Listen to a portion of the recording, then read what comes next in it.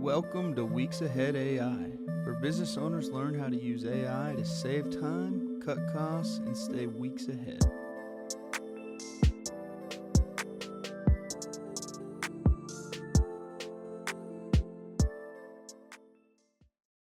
Welcome back to Weeks Ahead AI, where we talk all things business and trying to stay just a few weeks ahead of what everybody else is doing. We are today, though. I think we might be years behind. I think we're going to feel years behind. We're really excited to have a very special guest today, Dr. Gurpreet Dhillon. We're excited to have you here today. He is the G. Brent Ryan Endowed Chair of Artificial Intelligence and Cybersecurity at the University of North Texas. Welcome. Thank you. Yes, thank you. Thank you for coming. It's a pleasure to be here. Thank you. Dr. Dhillon earned his PhD from the London School of Economics, and in 2019, he was awarded an honorary doctorate from Örebro University in Sweden. Dr. Dhillon, this is really impressive. Dr. Dhillon is the 29th on the global scholar list. So the 29th smartest person in the world, is that what it is? That's what appears to be. Yes, and he's here with us today. What's he doing with us? I don't know, but I'm so happy that he is. I'm just glad that Mitch is not here. We should say I'm Brad. And I'm Terry. Yeah. We're missing Mitch today. We're missing Mitch. This may become a regular stand-in for Mitch. Sorry, Mitch, but we have upgraded. We have officially upgraded. So Dr. Dhillon has published over 100 peer-reviewed articles in some of the world's top academic journals, and he's authored more than a dozen books on information technology and cybersecurity. His research sits at the intersection of technology and organizations, with a focus on managing information security and ensuring the integrity of business operations. But his influence goes far beyond academia. Dr. Dhillon has advised governments in Europe and Asia on national ICT and security policies, mentored over 24 doctoral students, and his expert insights have been featured all over the place, namely, not probably more, but the Wall Street Journal, the New York Times, USA Today, Business Week, CNN, NBC News, NPR, and even on the TEDx stage. In short, let me say this. While the rest of us kind of been, figuring out what AI is, or maybe not even aware of it at all, and just waking up to the power of AI, Dr. Dhillon has been using, researching, and shaping this space for many, many years. So it is an absolute honor and privilege to have you here with us today, Dr. Dhillon. Thank you. Thank you. Well, why don't, as we just get started, maybe talk to us, tell us a little more about what you do at the University of North Texas, what your research includes, and kind of what a day in the life of the 29th smartest person in the world looks like. Busy. Busy. Well, as you rightly introduced me, I'm the G. Brent Ryan Endowed Chair of AI and Cybersecurity, and I sit within the College of Business at the University of North Texas. Within the college, we have departments, and I sit within the Department of Information Technology and Decision Sciences. Most of my work centers around AI and cybersecurity, which essentially entails teaching and research and mentoring students and junior faculty, and reaching out into the community to do things all related with AI and cybersecurity. So a day in a life is get up in the morning, do research, and keep on doing it till the time you go back to bed. But most of my teaching work is currently with doctoral students. I'm pretty active with a newly established program at UNT, which is a doctorate in business administration, DBA. Okay. So I teach on that program. We have a small cohort of students and work with them for their doctorates. And I also advise several PhD students within our department and within our program. So that's what we do. Yeah. Okay. Yeah. Okay. Well, you it's all very interesting. As we often admit, we some of this is over our head. So, but that's the point here. It's okay. You're going to teach us a few things and teach our listeners some things, and we're excited about it. The fact that you have some interaction with some of those business students as well, and the other business interactions you've had in the past is going to really resonate with a lot of our listeners. So, yeah, well, I would love to just dive into the early days of AI and for you to walk us through, what your history has been with AI. And by the way, a lot of the hype has been more recent, and our interest has been really within the last year or so, where we've been heavily focused on trying to learn as much as we can. But as I understand it from you, that's not the case. This has been ongoing for a long time, so we'd love to hear about your journey. Sure. So yes, AI has been around. Different names have been used. So I remember when I started out, we used to call them knowledge-based systems. Yeah. IKPS, intelligent knowledge-based systems. And the earlier forms were what we generally refer to as rule-based systems, which essentially means we created these systems with a very specific set of rules, and we allowed the system to tell us an answer based on the so-called knowledge within quotes that was embedded into the system. To give you an example, to make this abstract concept a little bit more real, one of the earlier systems that we worked upon was called MySyn. It was a system that was developed by Stanford, and it was a medical diagnosis system. So essentially, they went around and asked a bunch of physicians as to how they come to a certain conclusion as far as a cough and cold is concerned. And they took that knowledge and put that into what we call if and then statements. If this is the case, then this would be the consequence, else this is the consequence, right? This is the answer. So we took those rule structures and created those systems. Those were really the early form of artificial intelligence or knowledge-based systems. And then over the years, we've moved on from those systems to make them, within quotes, I would say, a little bit more intelligent, where we could understand and recognize certain patterns. Earlier companies such as American Express and others use them for fraud detection, right? So if I can see a pattern of things happening in the transactions, I can probably interpret certain things. So we moved towards that to, in the last few years, to what we call full-blown, within quotes again, artificial intelligence systems or generative artificial intelligence systems, which have been popularized more so by ChatGPTs of the world. Right. But essentially the logic still remains the same. So sometimes as a scholar of AI, as a researcher of AI, I get a feeling to call it old wine in new bottles, but I don't want to say it too loudly as well, because of course technology has evolved, things have happened.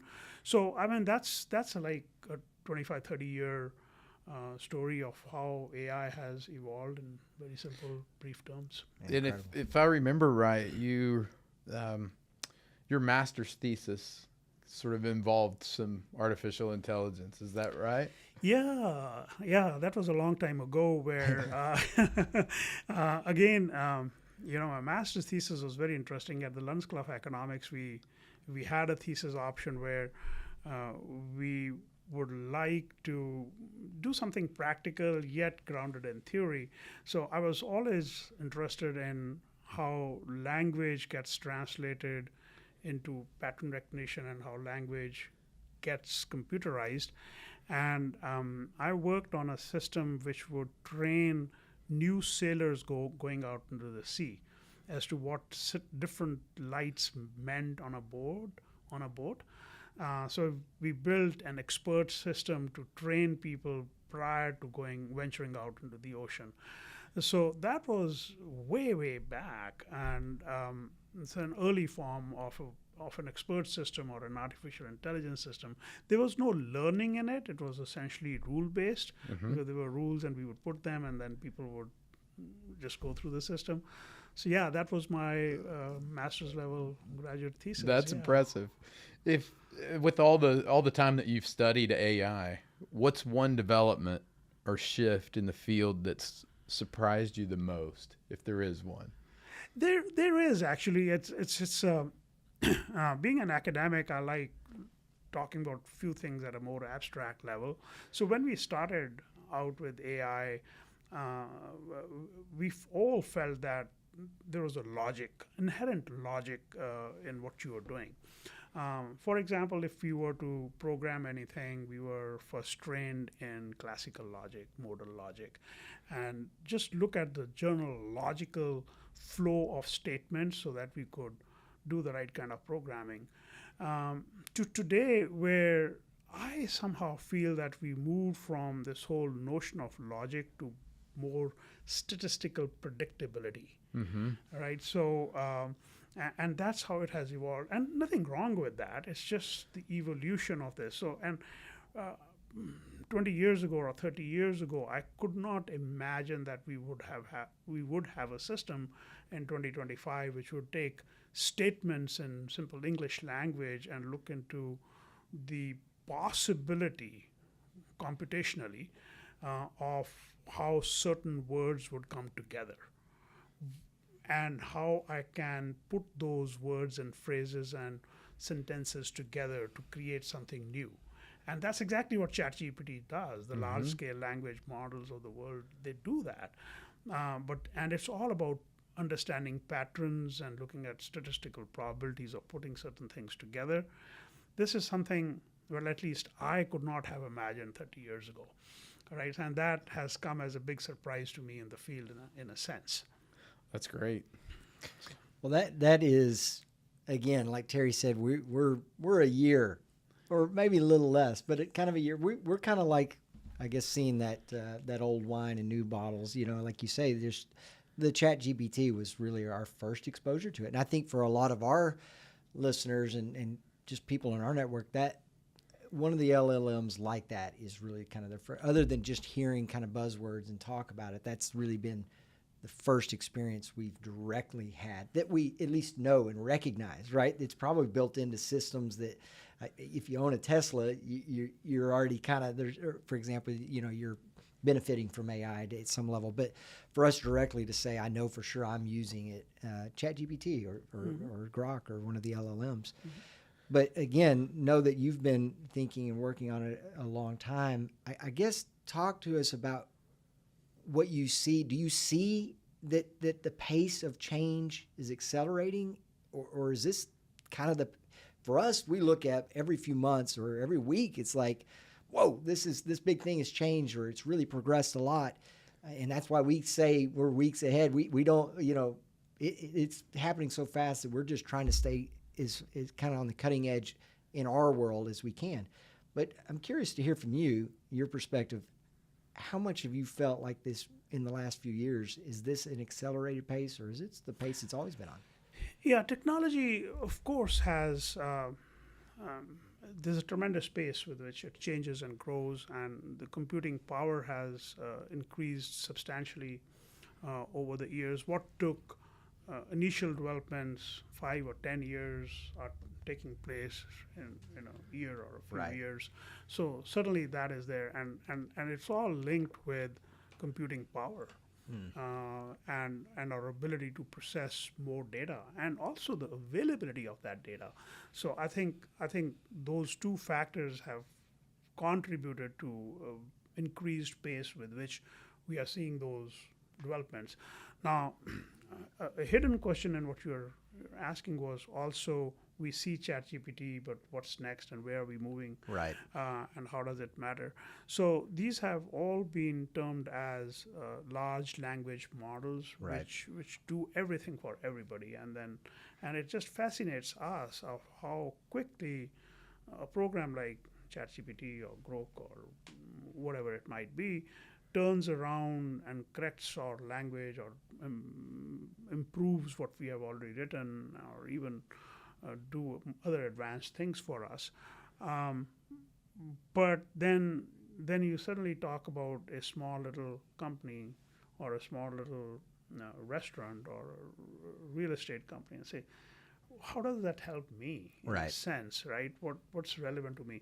So I think that hype of the initial developments in ChatGPTs of the world is waning away. I think in the last 3 years, we are at the top of the peak of the hype cycle, and we are probably going to go down. And where the rubber meets the road is really for small businesses like yours and others to recognize that large language models may not be relevant to them. Okay. Maybe small language models are more relevant to them. You gave the Okay. example of Tesla. Tesla is a perfect case in point. It doesn't need the big, large-scale models of the world. What it really needs is, as far as their GPS system or the bump on the road or the traffic lights, is a very, very small, specific, closed system Right. which takes the GPS knowledge and your location and correlates that with maybe Google Maps and stuff like that, and gives you the exact things that are happening. That makes Now, sense. that technology was already there. I mean, if you look at Waze, which has been acquired by Google, and now we are combining that with you driving a Tesla and hitting a bump, and that linking it with what's on on a Google map and geolocational information, and you're putting all these things together. And the learning part is that that's stored in the database. And next time you're going to come to that spot and going to say, oh, mind you, there's going to be a bump, right? Yeah. Yeah. So that's the learning part Okay. in this whole thing. So yes, I think as we go along, the large language models are going to give way to small language models. We're going to have something extremely specific to a restaurant or a real estate company, Yeah. and so on and so forth. Well, I've learned something new for sure. I mean, I've never heard the phrase, and maybe I'm No, behind. you're but not small language model. We've referred to the large language models often, the LLMs, but the SLM now. I'll be talking about that. We'll be weeks ahead talking to our friends about it.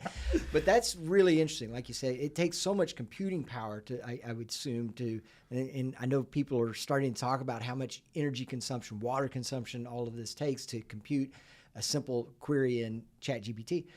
Well, maybe for these other things, we just limit down to the information you need, and what's going on around your particular business or this particular circumstance, to give you guidance and information direction. Exactly. Yeah. It's becoming more context specific, narrowing the context so that you're not using as much computing power as you would for other things, and then it makes it accessible to a lot of businesses. And I Okay. think that's going to be the next wave in my mind. That's what we are going to move towards. We believe that too. And that's what we're talking about and encouraging people to think of. I'm curious to hear from your perspective, and we're going to get into some of your cybersecurity background as well, but this may kind of bridge both. So some of the industries, I used to be in banking, for example, worked for a community bank, but banking, law, the law practice, medical field, Healthcare, finance. healthcare, all these areas that are very heavily regulated. How are they going to balance this? How are they going to work through this? And because again, maybe you're starting to hit on it, that small language model will be, but how do they balance their security and just know how sensitive the information that they don't want doesn't necessarily go back out to the world when they start interfacing with AI? Yeah, I mean, regulated as these might be, but I think artificial intelligence in a sense is a double-edged sword, because on one hand it gives you all these strategic advantages that you can think about, but on the other it's also subject to abuse. It's just like when the computer was invented, you could use it for good purposes, you could use it for bad purposes. I always give the example of a hammer. When the hammer was invented, the purpose was to hit the nail on the head, but the first documented use of a hammer is to hit someone on the head. It was used as a weapon. So similarly, artificial intelligence. That's what Mitch would have thought of doing with it. So artificial intelligence is like that because there is a possibility of models that we train these AI systems on getting poisoned, of them getting manipulated, or certain sensitive information being extracted. And we are seeing that all the time. Yeah.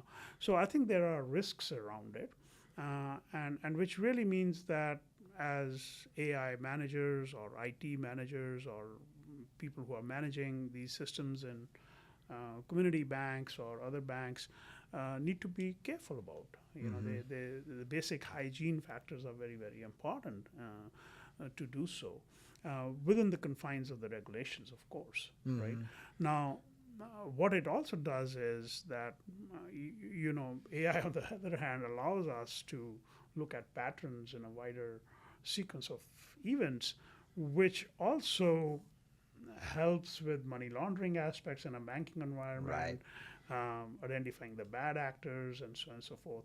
So it's a double-edged sword in a sense, and, and how we manage it is really very important. It's not that a bank shouldn't think about implementing and using AI. It's just be careful and find the right tools, right? And I mean, they work with the right professionals. What do you recommend? I mean, how do they make sure they're doing it right? Right. I think co-evolution is the word that I would use. So cybersecurity and artificial intelligence have to co-evolve. Okay. It is not one or the other. They both are dependent on each other, and I think we'll be in a much better position to manage this if we are aware of the advances. Dr. Dhillon, one of the things that I often wonder is it seems like the adoption at the consumer level is at a much more rapid pace than it is at an organizational level. And so, you know, the data security concern is always that maybe you have employees that are using ChatGPT or they're using Claude, and they bring it into your organization and they're using it in your organization. And I'm just curious on your thoughts of you know, just is that dangerous? So should they be concerned about an employee using ChatGPT or one of the models? And then the second part of that question is how does UNT in the School of Business think about, you know, those same models? Yeah, I think to answer, I think they're both very important and important questions, and I don't think we have definitive answers about it. But I think what I advocate always is responsible use of AI and, for that matter, any technology. So I think, and responsible use comes the number of elements that go into responsible use, and one of them is that we need to educate individuals of what kind of things that AI can do or cannot do, and then use it appropriately, which basically means beyond awareness, we need to include individuals in the participation of why we are using and what we are using, participation in decision making as to what the consequences are. And this is particularly true of small enterprises where it's more hierarchical. Someone is telling everybody else, this is what we are going to do. But I think including everybody into the decision-making process of using or not using is very important, which essentially means that we are intrinsically motivating individuals to be responsible, right? You give them the right tools and they have to be responsible. It's like you giving a car to a new driver, right, and say, drive carefully, right? What does that mean? What does that mean? Be responsible on the road. What does that really mean? So I think it requires experience, of course, but it also requires hand-holding a little bit. And this artificial intelligence and all the tools that we talk about in a business environment are like giving a super fast, powerful car to a teenager. He's legally allowed, he or she is legally allowed to drive it. But you can get in trouble. But can get into trouble, right? So that's a good analogy. That is good. Yeah. And we've kind of seen that just in our experience, and how, you know, in particular ChatGPT for me, the more I used it, just sort of the more agreeable it became to my thoughts. And you know, that's scary if you're using it as a thought partner to always have an agreeable voice. Right, and I think that therein lies the problem. The second part of your question was about what we are doing in the College of Business as well. I think, and not just at UNT, it's applicable to all universities and colleges. We are discovering all this, So there was this initial phase of rejecting it. We don't want any of our students to use it. We don't want them, and people are Right. always talking about cognitive decline and so on and so forth. I have always felt that it is educating individuals of understanding the limits of these technologies. So, as you rightly point out, the more you use ChatGPT, the more it is in agreement with your thought process, says a lot, which essentially means that ChatGPT and the way in which you are using it is a closed system. Right, so you are working in that room. You keep on asking the same question to those same 5 people. It's going to keep on. After a while, you have saturation, and you're getting the same kind of answers, right? So, which basically means you are restricting your span of thinking to a very small space. So, and occasionally you need to get out of it. Right. Yeah. Right, and it's very important. So, and psychologists call this double loop learning. So they always say, think of it like a big 8, right? So you are in the thinking loop and you are in the doing loop. So sometimes when we give a tool to someone, we engage in this doing loop all the time, in the bottom loop. But occasionally you need to get out of that loop and say, okay, let me look at the big picture. Let me think, and then come back and do. So better decision making, better use of our tool is that if we, on a very regular basis, go through the whole 8 circle, the big 8. You Right. think and then you do, and you think and you do. You take the feedback from the do and go back into the think, and back and forth, back and forth. That is the best way to do. What technologies do, what ChatGPTs of the world do, they force you in the do loop all the time. Right? Okay. That's good. That's very good. One of the things we do on this podcast is that we like to talk specifically to businesses, and I'm just curious if there's a business owner out there who's just completely overwhelmed by what they're hearing and reading and seeing on TV about AI. What's a practical way that they could think about, implementing something in a business? Yeah, I can talk about it in generic terms rather than a specific business. So I think the first and foremost, I would say, is start with a problem, not with a tool. And I think that's tools are there, right? But if you don't know what you are getting into, it's going to cost you more time and effort. You're probably going to lose your customers in the process because you are not using that tool appropriately. Any decision around that is going to be a tough decision. So you really need to focus on the problem that you're trying to solve, not just because a certain artificial intelligence oriented tool is available out on the market. The second piece of advice is use AI to augment your activities, not replace your activities. So augmentation is critical here. May it be in the form of customer service, may it be in marketing, advertising, or managing your inventory and all that stuff. So we've all experienced chat boxes, for Right. example. So in situations where, with no names taken, in situations where you start interacting with a chat box for companies that exist out there, and suddenly it's frustrating Yeah. Yeah. because you're not getting the answer you're getting.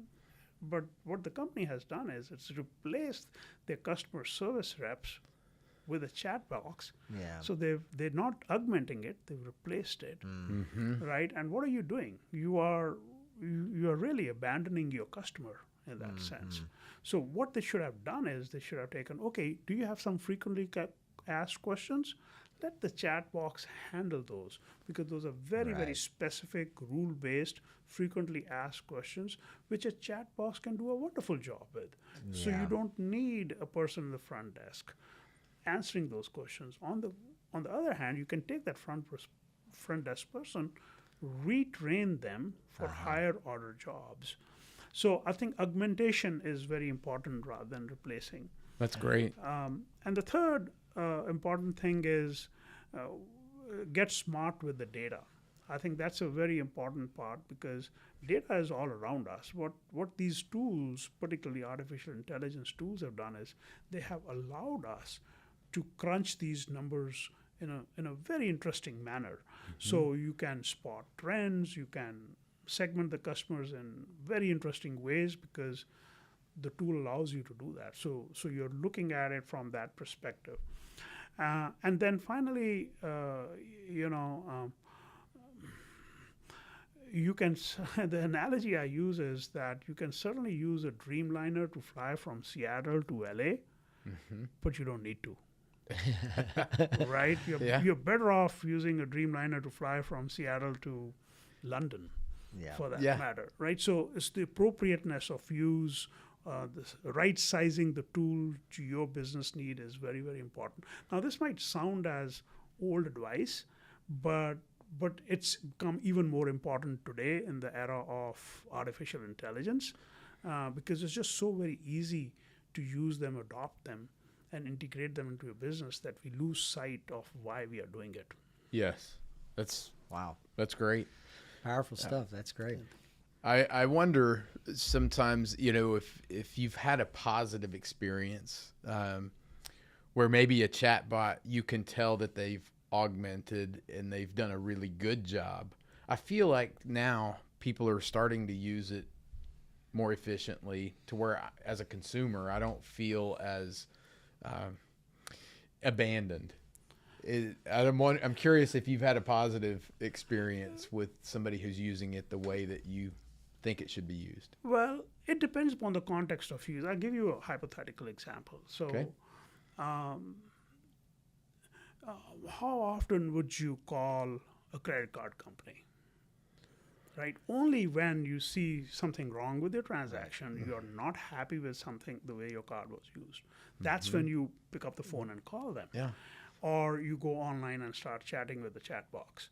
Now, this is where you really need human intervention, because something really wrong has gone on, Right. Yeah. right? And if you get those same old vanilla boxed answers from a chat box, it's going to be frustrating, Yeah. right? Now, if it were a simple bill payment issue, you're probably going to be fine with the chat box. So I think the problem that I have seen more often than not from a business to consumer perspective is the inappropriate use of artificial intelligence tools. So in certain contexts it works beautifully, in others it doesn't, right? And I think the role of a human being cannot be downplayed in these situations, at least right now. Yeah.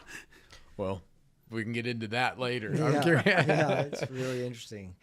Well, we talk primarily AI and kind of how we can integrate it into our businesses, but we probably don't talk and think enough about cybersecurity. And again, not the main focus. And maybe we would probably lose all listeners if we just talk cybersecurity. But it's important, and since we have such an esteemed guest like yourself that has such a vast knowledge on the subject, we'd be remiss to not ask you a question or two about cybersecurity. So, with AI becoming central to business, what's one simple cybersecurity step that every business owner should be taking to kind of protect themselves and their business, their data, their money, whatever it is? What should they be taking? What steps should they take? Well, I think, I used the word co-evolution earlier on, and I think that is central to security. So I think,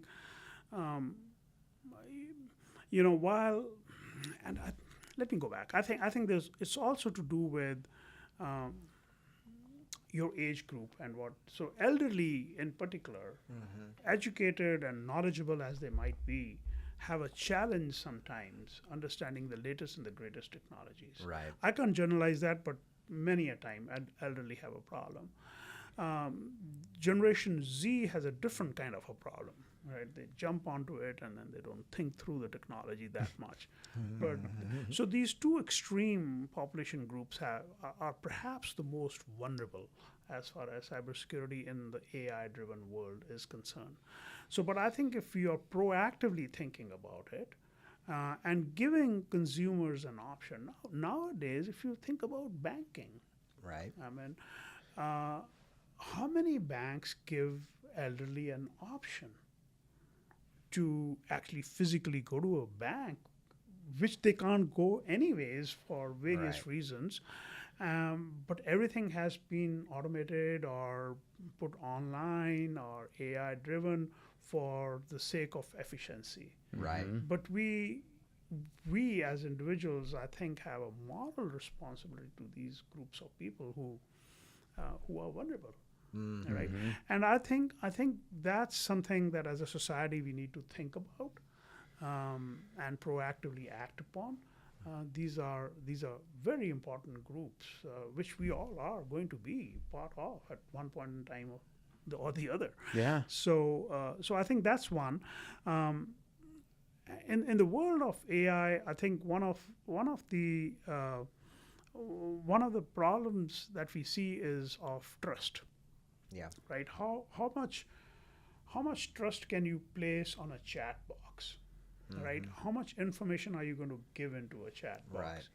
And this is and technically we call it information disclosure, the level and extent of information disclosure in a chat box, which could lead to violations in privacy and so on and so forth. And those are very real threats to individuals. I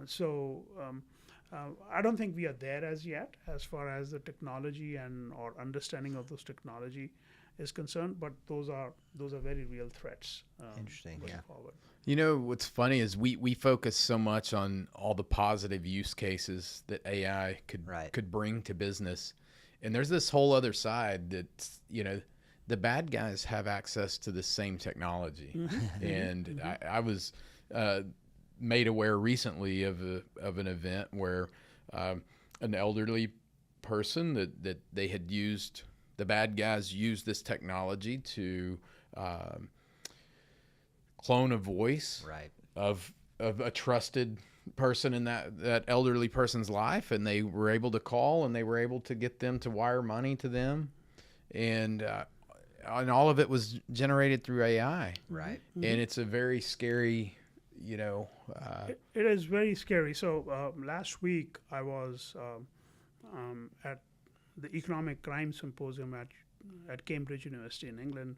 Was a part of a panel talking about exactly these kind of issues. And one of the examples I gave, you talk about the elderly, but it's happening to business executives. There was a case very recently which I presented over there of a business executive in Hong Kong whose voice was cloned, picture was cloned online, and his assistant ended up transferring a large chunk of money. So those things are very, very rare. I did a piece in Wall Street Journal a little while ago on romance scams. Yeah. That's another vulnerable group where cloning of voice and pictures is rampant. People use it to swindle other people. Now, can you protect yourself? Of course you can, but there's a whole new attack surface that has been exposed because of. and regulating this is such a challenge. It is mind blowing. Yeah. It's so very difficult. Yes. Yeah. Well, now maybe we stop the podcast and say shut it down. It's too scary. We can't overcome these issues. But no, we do need to be aware of the risks and concerns, and I think we hear about those things and think something like that's never going to happen to me. I'm too smart.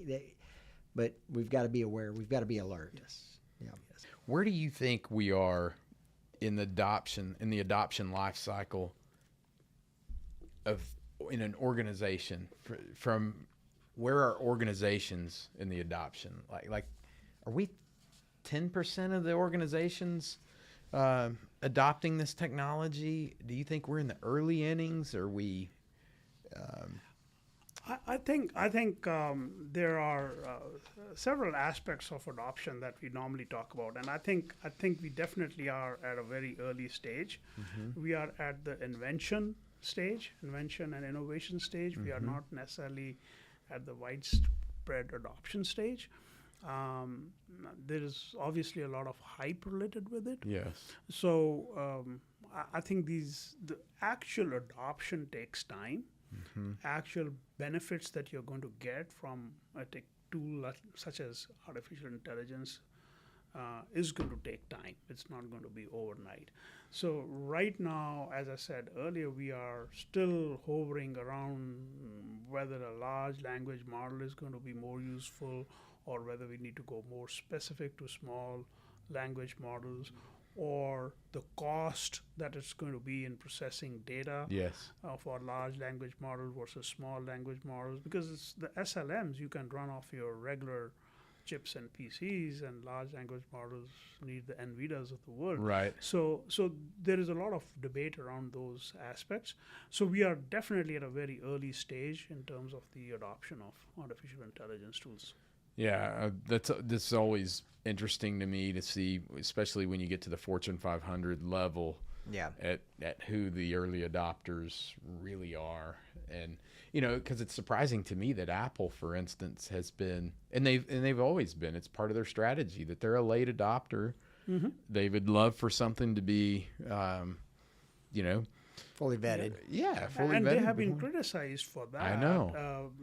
September 9th, when they launched their new range, and people were disappointed. That Yeah, the stock price just Exactly. But that's a strategic direction that they've taken, that they don't want to risk losing their customers, and so that's what it is. Yeah. I'm curious if you could touch a little more. I'm always interested. I have a daughter who's a sophomore at Baylor, and last year, at least, we haven't specifically talked about it this year, but last year, Baylor just had a policy where they don't allow it. They don't want the students using Right. any of the AI tools that are out there. So, but as a employer of students that come out, in my business, it really helps to have some understanding, because I think that there are ways that we've seen that it dramatically increases the efficiency. And so I'm curious how you think the universities will ultimately, and by the way, I'm on a school board and a local school board, and we're having the same discussions. Like, how do we do this? Because it's virtually impossible to keep kids from Right. using this. And so the sooner we can acknowledge it and put some boundaries in place, the more we can teach them to learn how to use it. But it's a slippery slope. It is. I think, it reminds me of the time when word processors came around. Yeah. And I think we are witnessing a similar situation right now. And there was a lot of discussion at that time in the 80s that what's going to happen to the secretarial jobs whose role is simply to type, Yes. right? So, and then Word Perfect came in, and then WordStar and Microsoft Word. It changed the world. Yeah. And the same thing happened when Microsoft Word started introducing spell checkers. And I still remember conversations at that time. People would say, so no need to learn the spellings in school? All right. That has not happened. Matter of fact, it has helped a lot of people. So there are kids with learning disabilities of different sorts, and it has helped autistic children. It has helped other people with learning disabilities of that sort. So the tools are always good. It doesn't necessarily always reduce the cognitive abilities. So I think a phased approach is much better than just simply blanketly banning something. So I think that's probably going to have more negative consequences. So I think a cautious approach where we adopt is great. I mean, I do remember when Grammarly came around, it was not looked upon very well that you don't know your grammar. Why do you need it? To 2025, where College of Business actually has a subscription for Grammarly, and it gives it to faculty and doctoral students to use it. Okay. Right. So there's nothing wrong with using these tools, but as long as we are aware of what they're using for now. In the same breath, I would say if I were to use ChatGPT or Grok or one of those AI models to write an essay for me, now that is not acceptable. Right. Right? That is not acceptable. Right.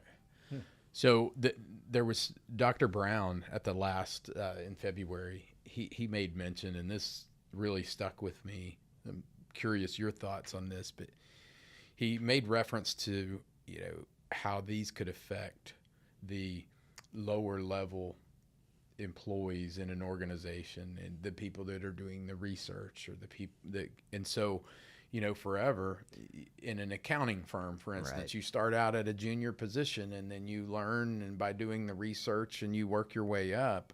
And there was this concern that could this contribute to this gap that could widen between, If you don't spend enough years learning really the skills in that entry how do level, you ever elevate how do you to the become senior the positions? senior- Yes. So I have a thought on that. I think that's a great point that Dr. Brown made, and I think I agree with that. I think what's going to happen is, or is happening as well, certain lower. When I say lower level jobs, it means routine production services of sorts. You're probably going to see them erode. They're not going to be in that shape and form today. All right. So because either they have been automated or artificial intelligence can do it much better for you in a cheaper, more efficient manner, as long as it stays interconnected with your business processes. So definitely that's going to happen. The question is that a bad thing or is that a good thing? Right. I don't think it's a bad thing. It's an evolution of work, right? Evolution of work has been taking place for centuries, Right. right? From hand-drawn plows to tractors to sprays in farms using drones. That evolution has always been taking place, and we have always adopted it with open arms, and I think we should. It's just that the nature of work is going to change. Yeah. And as long as we prepare our workforce with that change, it's going to be okay. But change hurts. While the transition is taking place, it's going to hurt. Yeah. Right? And I think as a society, we need to be careful that we don't leave anybody behind Right. in that sense. I want to ask a question as well that's a little maybe slightly off topic, but I'd really love your take on it. So Ray Kurzweil, is that the kind of AI expert futurist? Anyway, I've read some articles about this guy that he's been studying AI and all these kinds of tools for the last 60 years. He's in his 70s or 80s, and he has made over the years lots of predictions about where kind of some of these things will go, and even kind of timelines of when it'll get there. And some of them he's been really accurate on. Others he's missed, but he talks about artificial general intelligence, for example, he believes will occur by 2029. And then he talks about the singularity concept, which maybe you can tell our listeners a little bit more what that means, but he's predicting that by 2045. So 2 questions. What are your thoughts on his predictions? And do you have any bold predictions of some things that are coming and when they might come?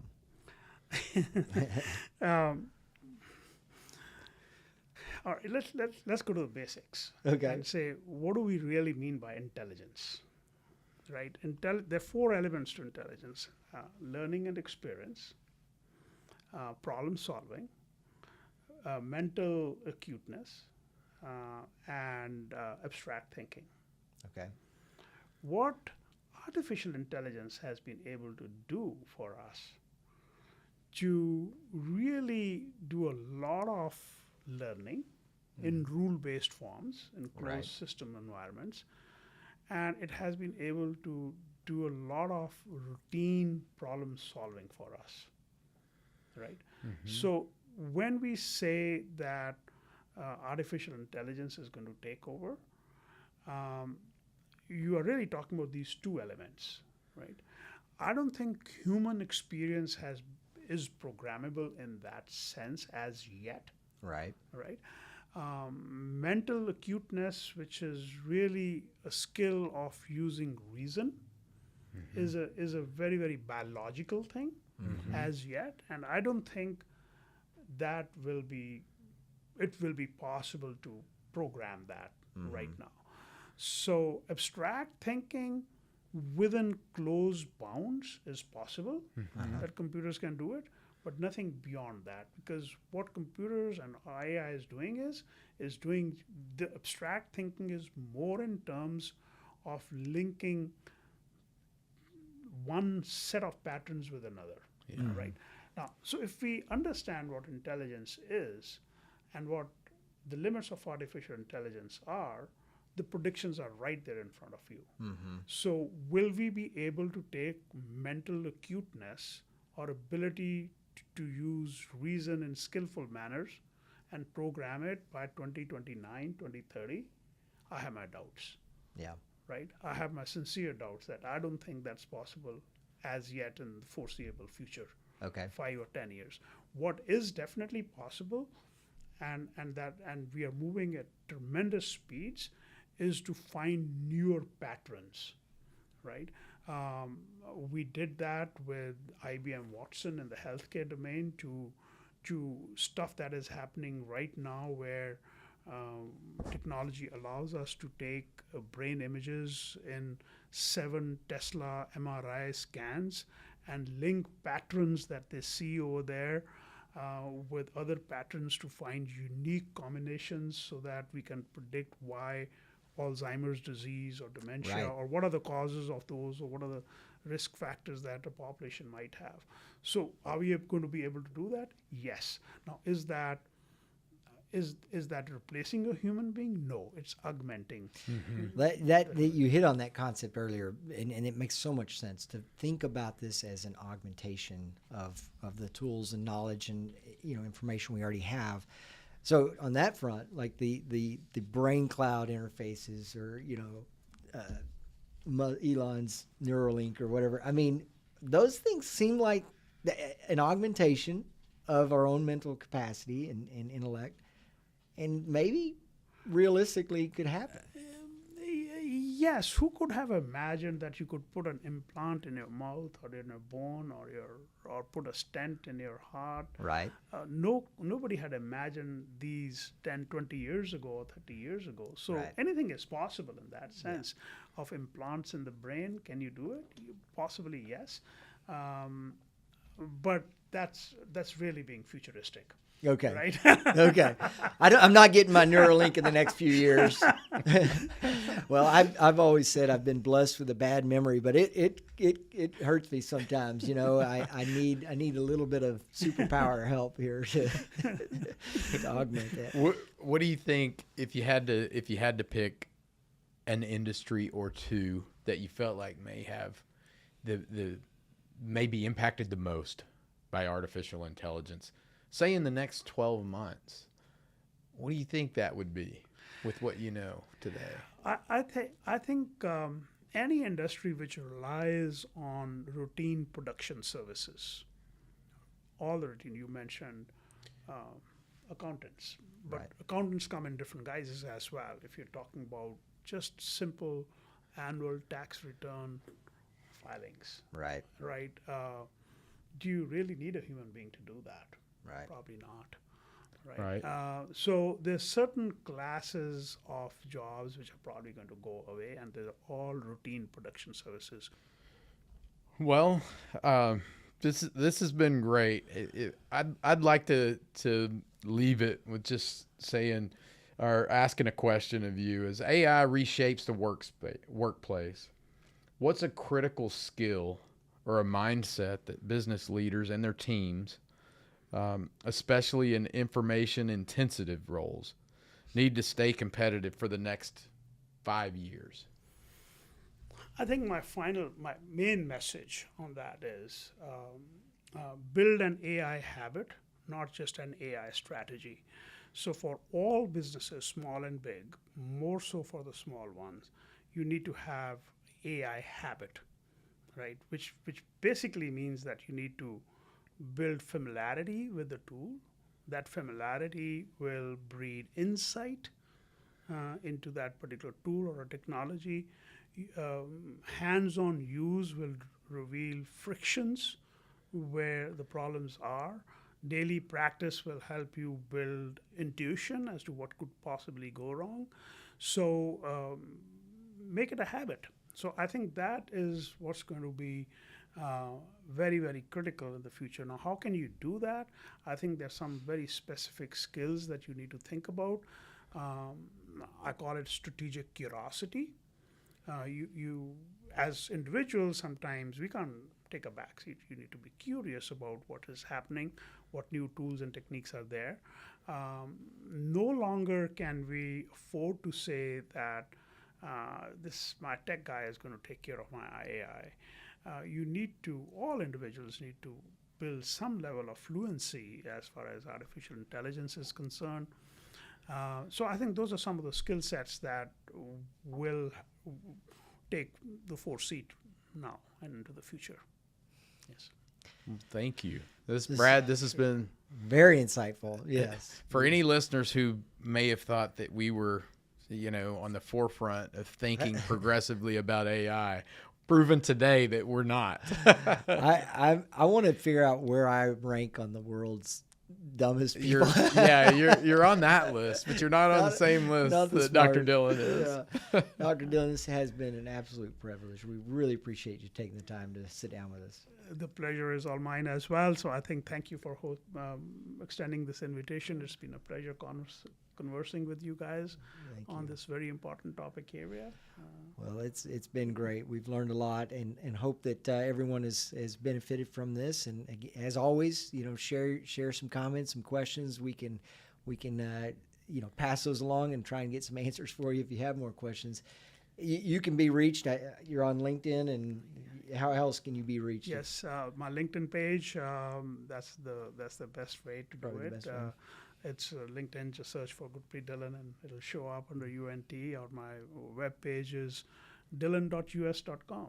So okay, great, and we'll put a link in the show notes. Absolutely. To his LinkedIn page. Absolutely. Thank you. Well, thanks, Dr. Dhillon. As always, appreciate everyone tuning in. Hope this has been good for you, and as you try to stick with us and be weeks ahead of the rest of the world here, and maybe years ahead now. Yeah. Thank you. Thank you. It's a pleasure. Tuning in.